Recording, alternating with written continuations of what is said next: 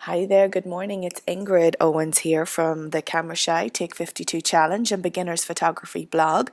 And this week our theme was ancient, and the blog had a ton of ancient images on there. Everybody did a really good job with the theme.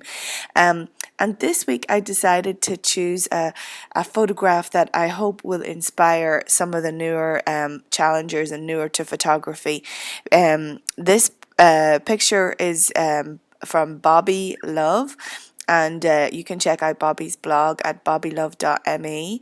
Um, I really enjoyed this picture, and it stood out to me from all the rest because it was something completely different. It was very on theme. Obviously, it's to do with fire, and that's a pretty ancient thing. But Bobby uses some techniques here that are probably unfamiliar to a lot of our challengers, and so I just thought we would take a minute to go through some of the terminology and some of the techniques that he has used, just so that it can inspire you. And I really do love this shot, and I think it's very well executed and a great idea. So let's have a look. So what Bobby's doing here is that he is sparking um, a fire starter kit. I believe I read his blog post, and he said he has a fire starter kit by the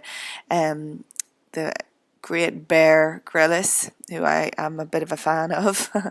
But so he's making these sparks of light, and he's used a 40 millimeter prime lens. Now, what he means by a prime lens, it's a fixed lens at 40 millimeters. So many of you may have just the kit lens that comes with your digital SLR, and you can zoom that back and forth. With this prime lens, you can't zoom. It's 40 millimeters is what you see is what you get, and it's a nice size of a frame.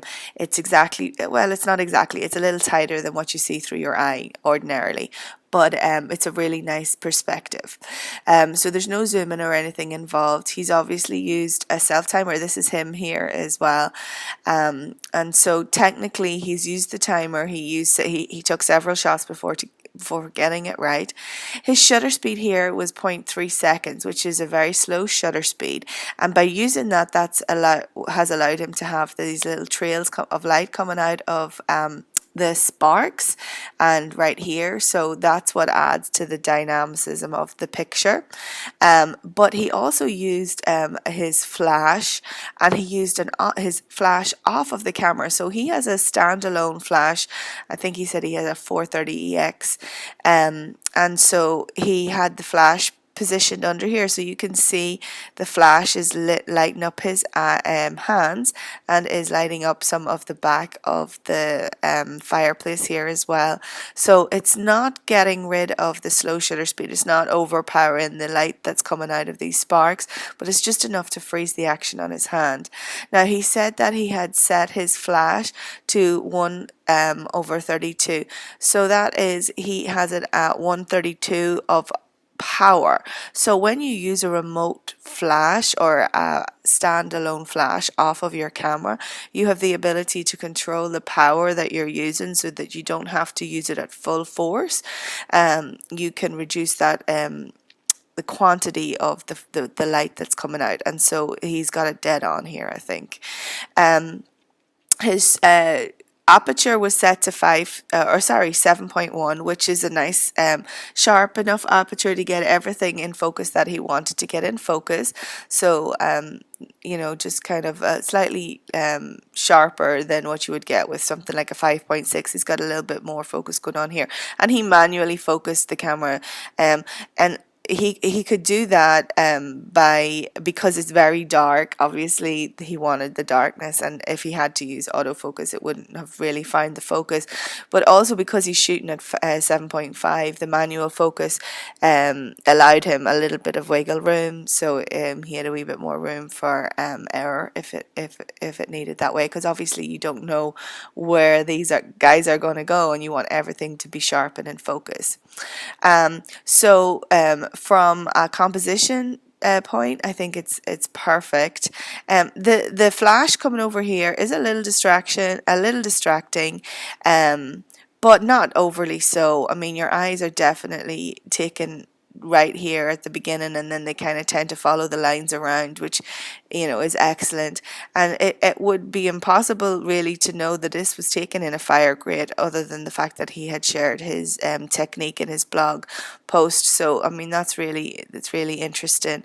I maybe would have liked to see a little more of the hands rather than been cropped out here at the side, but I'm just been nitpicky. I think it's a really good shot, and thank you very much for sharing and taking the time to explain your process to people that are just starting out. So I hope that's given you some food for thought. The theme again here was ancient, and it's very interesting to try and capture something that's a little bit out of the box, and think out of the box, and but yet it's something so simple and so basic and can be achieved at in your own home. Now you may not have that remote flash, but it certainly is worthwhile experimenting. You could easily get this shot without the flash, without showing the hands. So I won't say easily. I'm just saying that it's doable without the flash. So don't let the gear be what's stopping you from taking good pictures. Thank you very much again. You can check out Bobby's blog at bobbylove.me, and if you're interested in joining this challenge and you're not a participant, please check out the link below this video. Until next week, thank you. Bye bye.